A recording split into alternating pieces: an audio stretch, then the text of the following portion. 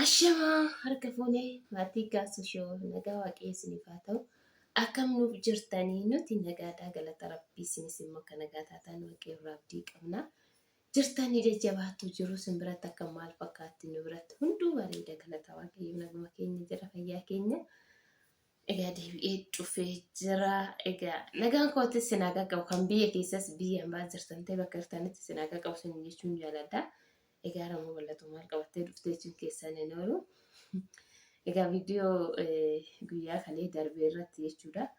Baay'een keessan arrabsoo adda jechuudha. Kan malee nama cabsu namaan jettan. Ani garuu nan jira. Arrabni maa nama godhu waan ta'eef qilleensa fu'atee deema. Arrabni ommaa wanna takarraa nama buusu nama madeessu. Wanni xiqqaa nama narreessu nama furdisu nama hin qallisu bakka sanuma jechuudha. Kanaaf kan nama arrabsu garuu nama sun taane daabiloositu namarra buleen nama arrabsa. Malee namni nama arrabsu ilmi namaa nama arrabsu. Ani waan jiruun hojjete viidiyoo soo ta'e waan jiruun hojjete waan hin jirree miti kun jechuudha waan jiru bakka. Maali kana hunda jechuun sin arrabsa maa miti sin nama arrabsuun immoo nama jajjabeessu waan ta'eef kana sin agaruu beekaa. Kanaafiyyuu jechuudha. Ijoolleen nama arrabsitan baay'een keessan dhugaa dubbachuudhaaf bakka tokko arrabumaa waan gaarii isinitti fakkaata garuu egaa isinitti fakkaate ittuma fufaa isiniin jenna nuti itti fufnaa isinis itti fufaa garuu jechuun waan kun jechuudha ani sobaanii miti yookiin ammoo maaf akkana itti bal'atumaa miidiyaa irratti baastaa waan akkana akkamitti miidiyaa irratti baastaa odoo fira kee ta'e odoo obboleettii kee ta'e osoo obboleettii kee ta'e hin baastanaan jettan maal obboleettii kiyya soo ta'e nan baasee maa wanna gaarii hojjette gaarummaa isheetiin ishii hima malee wanna badaa yoo hojjette maa hoo baase kun gaarii jettanii natti fakkaata warri kana jettanii warri baay'een nama arrabsitan maal rakkoo qaba warri jettan warra wanna akkanaa keessa darbe yookiin keessa jirtan natti fakkaata dhugaa isiniin jira. Ukkoo miiceyyoo kun jechuudha hojjettuudha garuu hojjettuu soo ta'e egaa namni nama ta'ee hin dogongorre hin jiru. Nama ta'ee kan dogongorre hin jiru namni hin dogongorre. Garuu kaayyoo ishii sana ani koo deemsa ishii nan himne adeessu. Ganaa waggaa koo afurii bara waggaa koo afuritti deesse. Har'a garuu kaayyoo ishiitillee karaatti hambistee dhimma ishiitillee bakka namummaa ishii of cabsite waggaa koo afuritti jechuudha. Maaliif har'a waggaa koo afuritti operaasyoonii taatee daa'ima keessaaf wanna xiqqaa miti jechuudha. Osoo waggaa koo torbaa koo 8 ta'e yaadeessu ilmoo dandeessee guddifatamu yaannuyyuu nama sirriitti galee yaadduyyuu galee fi miti yaanni garuu kana dhiira jinjiisuu waan galeef hin beeku malee yaanni kun akka galeefiyyuu hin beekan.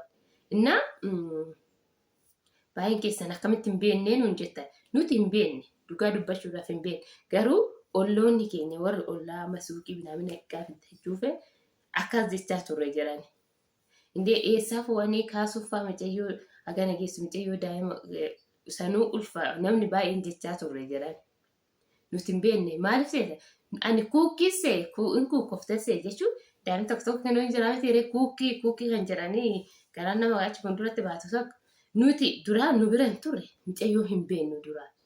Innaa nuti tafaxiroo yookiin immoo uumama ishiituma kuukkii seene uumama ishiitti akkana seene nu bira hin turre hin beeknu jechuudha. Akkuma isin jedhe kaasuudhaaf fira. Kaasuudhaan erga fira anaanis fira jechuudha. Kana beekaa ani obboleettii kiyyaa ta'e inossuuf maaliif wanna gaarii hojjette gaarummaa sanii nima malee wanna akkanaa yoo hojjette inossuuf maaliif kaayyoo kaa'u amilee warraatillee cabsitee amilee ofiitillee cabsitee barumsa ofiitirraa illee cittee daa'ummaa ishiitillee cabsite jechuudha. Kun ikkoo gaarii miti waan gaarii miti maaliif namni inossitan micayyoo eenyu maqaan ishii Wantiyaa Salamoon hin beektan Wantiyaa Salamoon daa'ee jetteeti miidiyaarraa bakka hin himadhu jettee obsitee too rakkootti akkuma deessetti obsitee guddisaa jirti.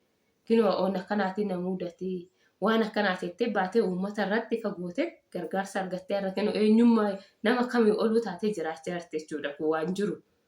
Waan hin jirree bitaan kan fide jechuudha. Kanaaf tun immoo daa'ummaa gana waggaa koo afur jechuudha.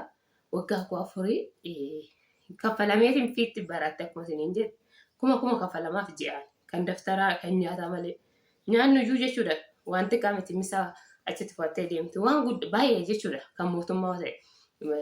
Rakkoon qabu malee kan gilli jechuudha. Kuma ji'aan kaffalama. Kaffaltiin kunoo bishaan gannamme ta'e.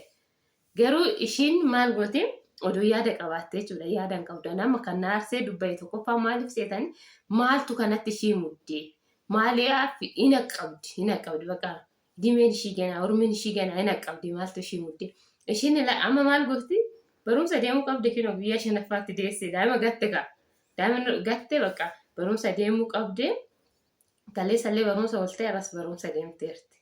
Mee ilaala kana amma osoo achitti waa tokko taate biroo eenyutti gaafatama. Eenyutti gaafatama osoo waa tokko taate amma akka amantaa keenyatti ortodoksiin yoo ta'e waan baay'ee jechuudha. Aga kiristinnaa kaasattutti dubartiin manaa hin baatu.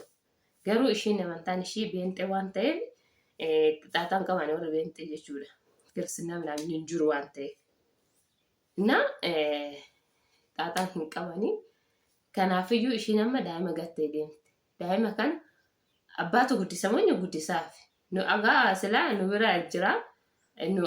Nuti immoo guddisuu hin dandeenyu. Jechuun guddisuu daa'ima hojiidhaan garuu guddisuu hin danda'amu. Yeegiddi daa'ima kiyya jedhee hojii jedhee naaf hin mijatu jechuudha. Naaf hin mijatu nuti. Kaasoo ta'e innis hojii dalagaa oola galgala nutti gala. Anis yoo ta'e akkuma isin jedhu hojiin hojjetaa yaada gibbii keessa fi manatti argama malee acha na oola irra jechuudha. Amma cufeetaan viidiyoo gizee kan isin hojjetu jechuudha. Innaa kanaaf daa'ima kana yeegiddi taa'anii nama guddisuu barbaachisa jechuudha. Nama guddisuu barbaachisa. Kan biraa immoo hin qaxaranne jechuuf kan biraa haa guddistu jechuuf namni hin argamu hin beektanii namni kan biyya keessatti nama qaxaramu hin jiru namni kan waa qabus gara biyya arabaati malee kanas taa'ee daa'ima namaa guddisu hin jiru jechuudha. Innaa kanaaf malee ani wanta biraatiif miti obboleettii kiyya soo taate jechuudha. Aguma fi obboleettii kiyya maan taane inni takka keessa waan baate yoo wanna gaarii goote ishii jaaladda malee wanna kanaa yoo goote bafitsumaan hin jaaladdu jechuudha.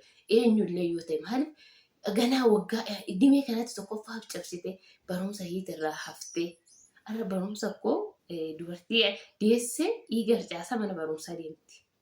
Oduu kun amma xiqqoo nama waggaa 28 namni ta'e yaadni hin galaaf wanna kanaayyuu hin gootu. Haamilee ishii kamiiyyuu mana barumsaa deemtee baratte. Tuni garuu yaadni waan hin galleef achi deemtee mana barumsaa san deemtee barattee galaa jirti. Abbaan ishiitis waan aareef jechuudha. Baay'ee tokko aaree yaa barattu jedhe. Guyyuma sanuyyuu ciniinsuun akkuma tufeen mana yaalaatti jechuudha. Biraasonni aandeessa yaanii agasitti hin eegani. Jechuun hin jiraanne ta'ee amma biraasonni yoo ta'e bakkumatti dafanii nama guddaa waan ta'eef. Kanaafiyyuu maal jetti xaaxaan qabdu. Abbaan bakka arifate of hin beeku garuu abbaanis xaaxaan qabu maaliif bakka silaa goote jedhee na fakkaate jechuudha. Ani baay'ee tokko hin cannaqa. Dhugaa erga sirriin nuyyuu nagaa buudii jechuudha. Nuti maaliif ganama nu biraan nagumaa mana barumsaa deemattee qursii nyaattee shaayii danfisattee qursii nyaattee misaa ishii fudhattee deemtee sa'a 4 immoo gara sa'a 6 nutti bilbilanii akkanaa jiran. Baay'ee tokko rifadde jechuudha. Garuu ishiin gizee ciniinsuutti mattaa koo abbaatee mattaa koo yaas jettiin. Mee amma kana jiramaa silaa oduu yaadni namaa galee kana meedhaa. Mattaa koo yaas abbaatee shintuugaa mattaa koo yoonii nagar mattaa ittiin jechi. Innaa abbaan akkana ittiin jechuudha. Doktoroonni kolfan. Wayne dubara ta'uu keenan guyyaa sannan gatti dubbachuudha. Garuu isheen nafsee takka gosa waan ta'eef dubara ta'uu kiyya nan gaddi. Kanaafiyyuu isin warreen waan akkanaa deeggarta naa gootu maal rakkoo qaba maa miidiyaa irratti odeessitare haa gootu hin jedhamu. Boru obboleettiin keettinillee baay'ee kana goe jechuun keen oolu kana beeki. Kana goe jechuun keen oolu garuu sadarkaan ishii yoo ga'ee barumsa fixxee hin jiranii warra akkasiisan yoo ta'e okee rakkoon qaba. Garuu immoo ganaa dhimee kanatti daa'ummaa kanatti of cabsuun maal faayidaa qaba? Faayidaan qabu. Kanaafiyyuu nama deeggareera waan akkanaati irratti. Bakka maal rakkoo qaba? Ati maa odeessita miidiyaa irratti baastee maal rakkoo qaba? Inni odaanii ta'u miidiyaa irratti baasan jiran viidiyoo ishii waraabne, daa'ima ishii viidiyoo waraabne, ishii waraabne, eenyummaa ishii waa beektanii jechaan isin hin jedhe malee eenyummaa ishii hin beektan jechuudha. garuu ani maaliif wanni akkanaa hin jira nuti amma namni sarraatanyumaa yoo qaxaratu yegiddi marmaruu waan jirtu san jechuudha amma marmaruu bakka marmaranii cheekaapbii waan hundaayyuu godhanii bakka manatti galfachuu malee waan akkana osoo amma harkaan muudatee nuti hin beennu maal akka ta'e hin beennu innaa maal akka ta'e hin beennu gisee guyyaa tokko adaashiin of ajjeesuu na fakkaate qoricha wayii qopheeffatte kazaa qoricha qopheeffatte galgala uguuf jechuudha qoricha kana kazaa aduusan maal wannoo naan jettee turteeyyu burumaatii kiyya bira deemaa naa bilbilii naan jettachuma maatii bira maal goota silaa abbaan kee nuuf hin jire abbaan bakka akka inni bira deemtu isheen hin barbaadu nuuf hin naan jire natti hime bakka maal go'a deemtan jire deemu malee jette ani kanaaf illee ta'e wanta biraatti illee hin beeku yoo nutti ufte ko haati hin jirti jechuudha isheen nuti hin beekne haati sunuyyuu ilmoo ofii hin beektu adada garaan guddachaa deema akkuma isinuu jettanii nama tokko hojii sadii irraa hin beeksisa akkuma fillee ture ji'a ja'an booda hin beeksisa nuti hin beeknu nuti akkuma isin hin jenne kuukkii ta'uu noolu jenne ani gaafachuun keenyaan oolle gaafadhe maali wanta akkanaa duruma qabdamoo maali jennaan duruma qaba.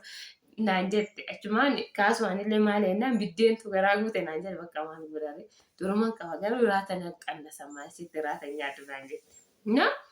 Kanaafiyyuu maatii bira hin deemtu abbaan kee nuufin akkasumas safaraalee ittiin kenninaa nuun jedheenna qoricha qopheeffatte. Ufajjeessuun mee ilaala osoo ufajjeeste nurratti jechuudha ishiin lubbuu lama qabdi jechuudha lubbuu lachuu balleessite jechuudha in ulfaata. Waan akkanaa si jama yoo nama fotan ammaan achitti bakka marmarsiisuu dura waan hundumarraa bilisa ta'uu bakka in ulfaata kanaafiyyuu yoo balleessa immoo iifama sinin jedha iifama naa godha maqaa waaqayyootiin ani wanna balleessillee natti fakkaatu iifama sinin jedha warra naarrabsitan immoo ani sinan jaala hunduma keessanuu nan jaaladha dhugaa sinin jedha hunda keessanuu nan jaala sinii miti kan nama arrabsu basanirra jiru waan ta'eef kanaafiyyuu daabiloosi nama narrabsina asinitti hin baratina kanaaf viidiyoo biraatti walitti deebinaa nagaan of taasisan jaaladha. Ciao ciao.